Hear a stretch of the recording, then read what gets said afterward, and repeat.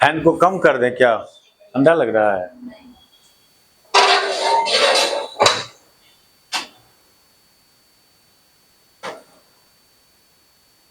देखो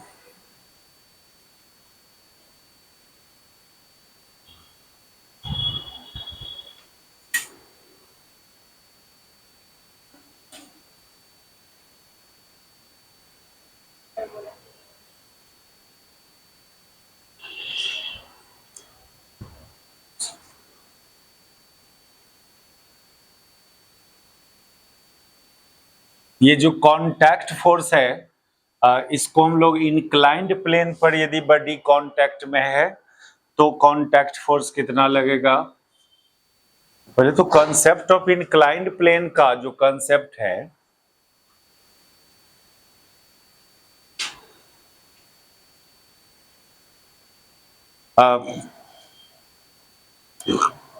हॉरिजेंटल से कुछ एंगल बनाता हुआ कोई सरफेस, कोई प्लेन। ये सरफेस है, प्लेन है एक। सपोज करो इस पर कोई बॉडी एक्सलरेट कर रहा है डाउनवर्ड डायरेक्शन में, ये सरफेस है स्मूथ। तो सबसे पहले हम यही बात करें, एक तो find acceleration of body slides down along an inclined plane।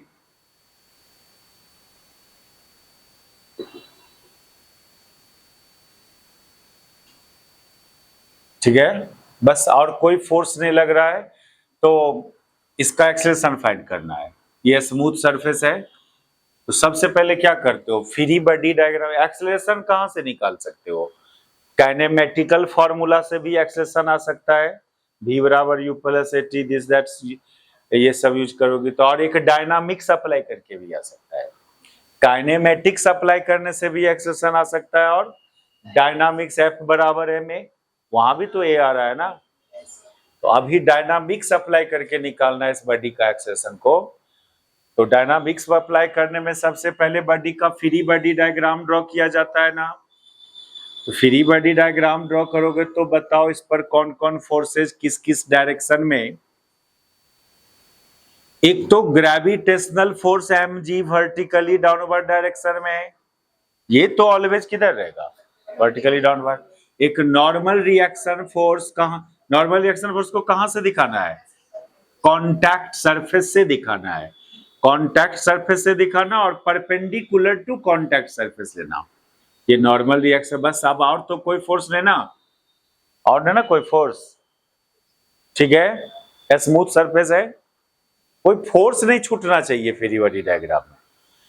अब क्या बोला था, आप वेक्टर फॉर्म में यदि न्यूटन सेकेंड लॉ अप्लाई नहीं करना चाहते हो, कंपोनेंट फॉर्म में करना चाहते हो, तो जितने भी फोर्सेस लग रहा है उसको दो परपेंडिकुलर डायरेक्शन में रिजॉल्व करना।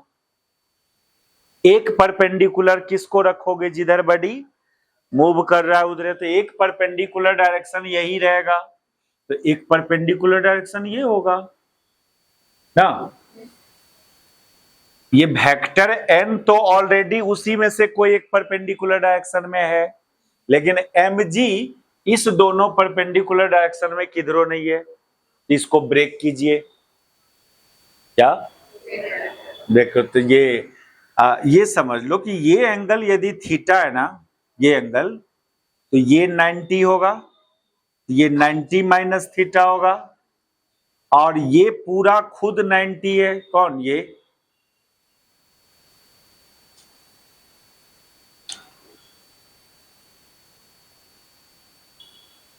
ये पूरा 90 है ना।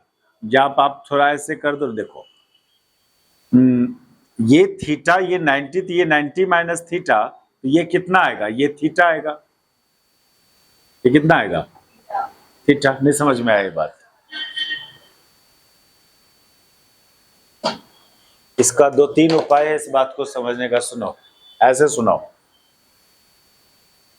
देखो ये सब कुछ को ना हम यहां से लेते हैं, ये mg है, ये n का डायरेक्शन है, एन का डायरेक्शन है और ये एंगल थीटा बोले हैं, तो ये तो 90 माइनस थीटा होगा, और ये तो खुद 90 है ना, ये नॉर्मल है ना इस पर, ये पूरा खुद 90, इस पूरे 90 में से 90 माइनस थीटा घटाओगे तो कितना आ जाएगा। एक और उपाय है इस बात को समझने का, वो ऐसे, ये थीटा है आपका, यहां पर आप एक परपेंडिकुलर ड्रॉ किए हैं, और ये आपका mg है, ये n का डायरेक्शन था, ये mg का डायरेक्शन था, तो इसी हॉरिजेंटल के पैरेलल आप एक लाइन यहां पर ले लो, तो ये एंगल थीटा है तो ये भी एंगल थीटा होगा ना, दो पैरेलल लाइन है, दो पैरेलल लाइन को कोई लाइन इंटरसेक्ट किया तो कॉरेस्पॉन्डिंग एंगल बराबर होता है ना।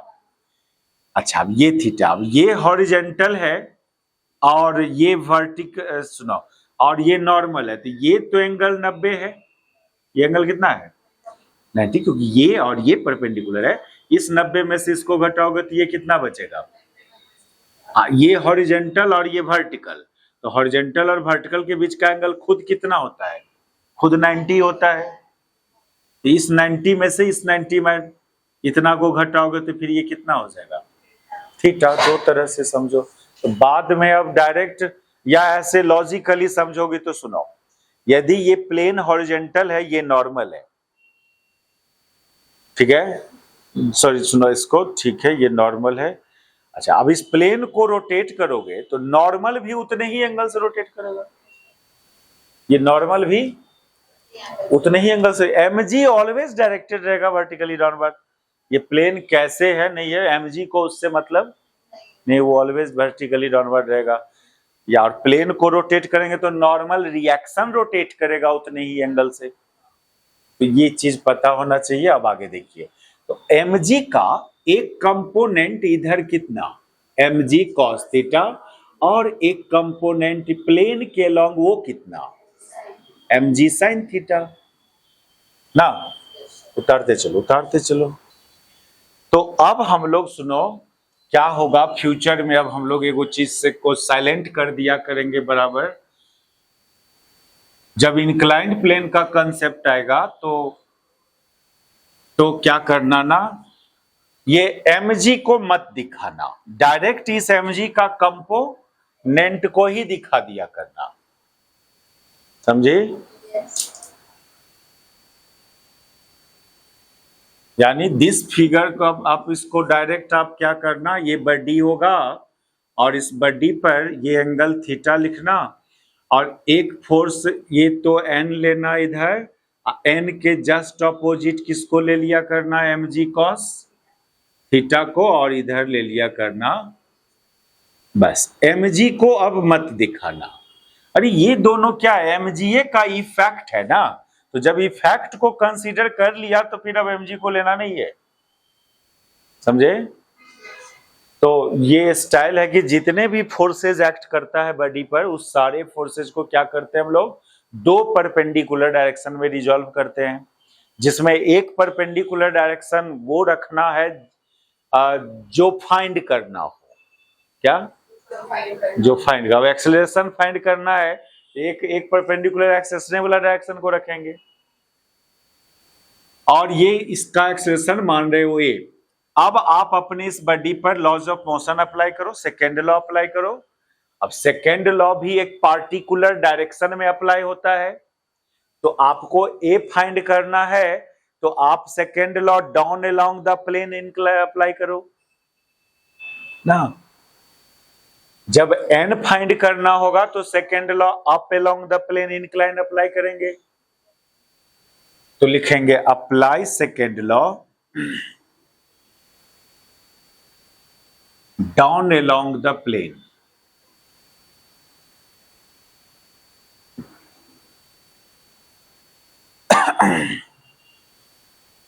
तो बताओ डाउन अलोंग द प्लेन तो एक गो फोर्स है ना, एक ही को फोर्स ना, इधर ऑपोजिट में कोई फोर्स है ही नहीं, तो खाली क्या करोगे, mg sin थीटा बराबर ma करोगे, तो आ गया ए का वैल्यू डायरेक्ट कितना, g sin थीटा। तो ध्यान रखना, ये रिजल्ट को याद रखना फ्यूचर के लिए। यदि स्मूथ इंक्लाइंड प्लेन पर बॉडी स्लाइड कर रहा हो जिसमें only normal reaction force and gravitational force act करे, तब बॉडी का एक्सेलरेशन इतना। अब सुनो, ये एन और mg के अलावा और कोई फोर्स लगेगा तो फिर एक्सेलरेशन इतना नहीं होगा, है ना। कोई भी रिजल्ट है तो उसके पीछे रिस्ट्रिक्शन भी है। ये रिजल्ट कब अप्लाई होना है? जब बॉडी स्लाइड कर रहा हो स्मूथ इंक्लाइन प्लेन के डाउनवर्ड डायरेक्शन में on the action of gravitational force and normal reaction force. चलिए अब इस क्वेश्चन को करें, मिटाबे इसको।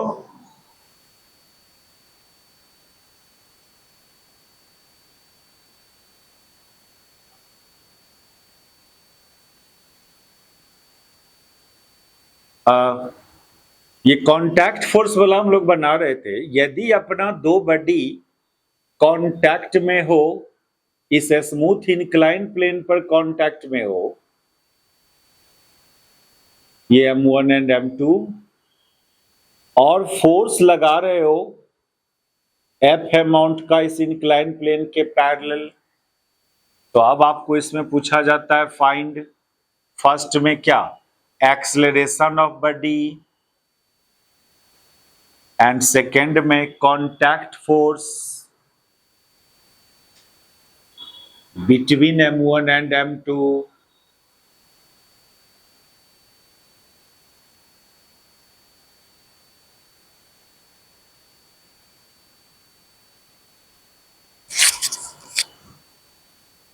ठीक है, देखिए यहां पर वो टेक्निक मत अप्लाई कर देना हॉरिजॉन्टल सरफेस वाला केस में। हॉरिजॉन्टल सरफेस वाले में एक्सेलरेशन के लिए डायरेक्ट क्या कर दिया था, F/m1 + m2, लेकिन नहीं, यहां G का भी रोल है इस एक्सेलरेशन में, G का रोल है यहां, इसलिए डायरेक्ट ये एक्सेलरेशन का फॉर्मूला मत यूज कर लेना। सॉल्व करो, ओरिजिनल जो स्टाइल है उससे पहले सॉल्व करो। तो ओरिजिनल स्टाइल ये है कि एक बात तो कंफर्म है कि दोनों बॉडी एक कॉमन एक्सेलरेशन से मूव करेगा ना। Both body moves with common acceleration, moves with common acceleration, let it is a. ठीक है, अब दोनों बॉडी का अपना अपना फ्री बॉडी डायग्राम ड्रॉ करना। दोनों का उतार रही है ना, कोई प्रॉब्लम नहीं, मत उतारो, रिकॉर्डिंग भी भेज सकते हैं, रात में उतार लेना। अब दोनों का फ्री बॉडी डायग्राम ड्रॉ करते हैं। तो पहले आप m2 का फ्री बॉडी डायग्राम ड्रॉ करो। तो देखो क्या होता है, m2 पर फोर्सेस सब बताओ। एक तो नॉर्मल रिएक्शन कौन, n2, एक इसका अपना वेट का जो इधर कंपोनेंट होता है वो कौन, m2g cos थीटा, एक ग्रेविटेशनल फोर्स का इधर वाला कंपोनेंट वो कौन, m2g sin थीटा, और कोई फोर्स इस पर लग रहा होगा m2 पर, हाँ m1 लगा रहा होगा ना m2 पर, किधर किधर, ऊपर। अरे ये जा रहा है ऊपर, तो इस बॉडी पर ऊपर की तरफ तो एक फोर्स जरूर होगा ना। तो उसका काउज कौन होगा उस फोर्स का, m1 होगा काउज। ये सब फीलिंग, फोर्स दिखाई देने वाला चीज नहीं है, फीलिंग्स करना होगा। और इस फोर्स को किससे डिनोट करती है, R से, कांटेक्ट फोर्स को। हो गया ये m2 का, फिर और ये जा रहा है ऊपर, ये जा रहा है a एक्सेलरेशन से ऊपर। m1 का करोगे तो m1 पर फिर एक नॉर्मल रिएक्शन फोर्स n1, इसका वेट का इधर वाला कंपोनेंट m1g cos थीटा, एक इस पर इधर कौन, m1g sin थीटा। जब ये लगाया था m2 पर ऊपर, तो m2 भी इस पर लगाएगा किधर, नीचे, कहां पर, यहां पर ना। इस फोर्स का पॉइंट ऑफ एप्लीकेशन यहां होगा ना, समझ बात।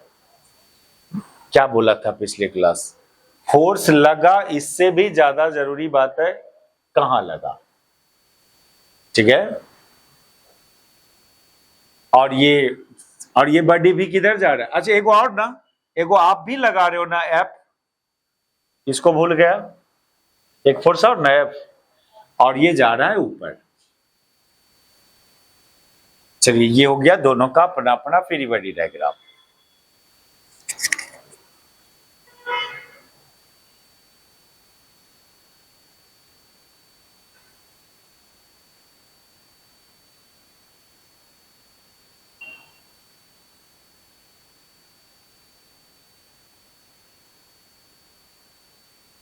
अब दोनों पर सेकेंड लॉ अप्लाई करो। देखो दो वेरिएबल है यहां भी, here we have two variable.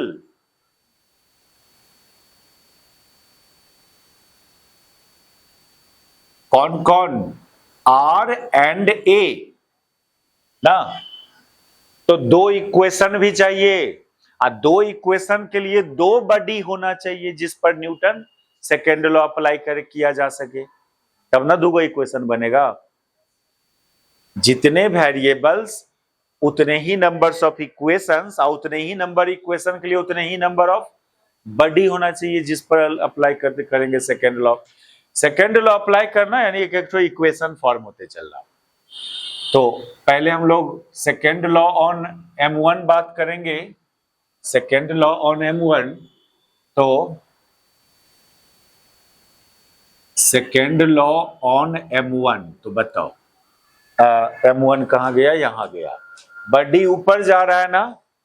ये भी बात बोल सकती हो, second law on M1 up along the plane, क्या अप अलोंग द प्लेन लिख लो। किस डायरेक्शन में अप्लाई कर रहे हैं सेकेंड लॉ, अलोंग, ये यदि मेंशन कर रहे हैं तो और अच्छा बात है, नहीं तो इक्वेशन देख के भी लोग समझ जाएगा कि आप किधर अप्लाई किए थे, किसको प्लस लिया किसको माइनस लिया। तो चलो अपवर्ड डायरेक्शन में जो भी फोर्सेज होगा उसको प्लस में लेंगे। एक एगो फोर्स है एफ ना, तो एफ को प्लस में लेगी, उसके जाने के ऑपोजिट डायरेक्शन में जो जो फोर्स होगा उसको माइनस में। तो R and M1G sine theta opposite है तो इसको माइनस में लेंगे।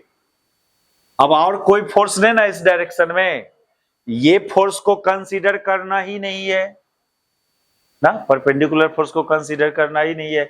बस हो गया बराबर मास इनटू एक्सीलरेशन, ये एक इक्वेशन हुआ।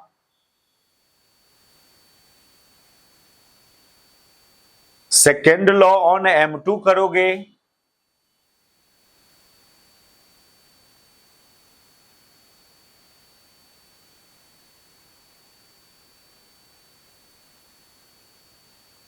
अप अलोंग द प्लेन, तो बोलो M2 पर अपवर्ड डायरेक्शन में R लग रहा है, ऑपोजिट डायरेक्शन में M2G साइन थीटा है, तो R को प्लस में और M2G साइन थीटा को माइनस में, बराबर M2 इंटू ए, ये सेकेंड इक्वेशन।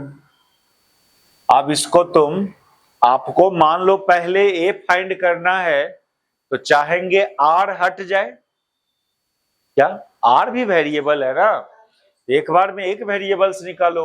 मान लो ए निकालना है तो R को हटाओ, R कैसे हटेगा, इसको ऐड कर दो 1 और 2 को, तो minus R and plus R cut जाएगा।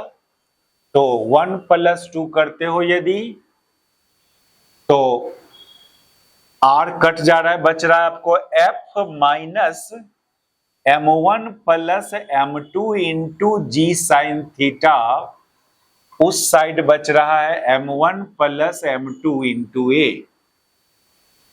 यहां से A का वैल्यू आ रहा है F by M1 + M2 minus G sine theta, ये आया एक्सेलरेशन। इंक्लाइंड प्लेन पर कोई दो बॉडी कांटेक्ट में मूव कर रहा है अपवर्ड डायरेक्शन में,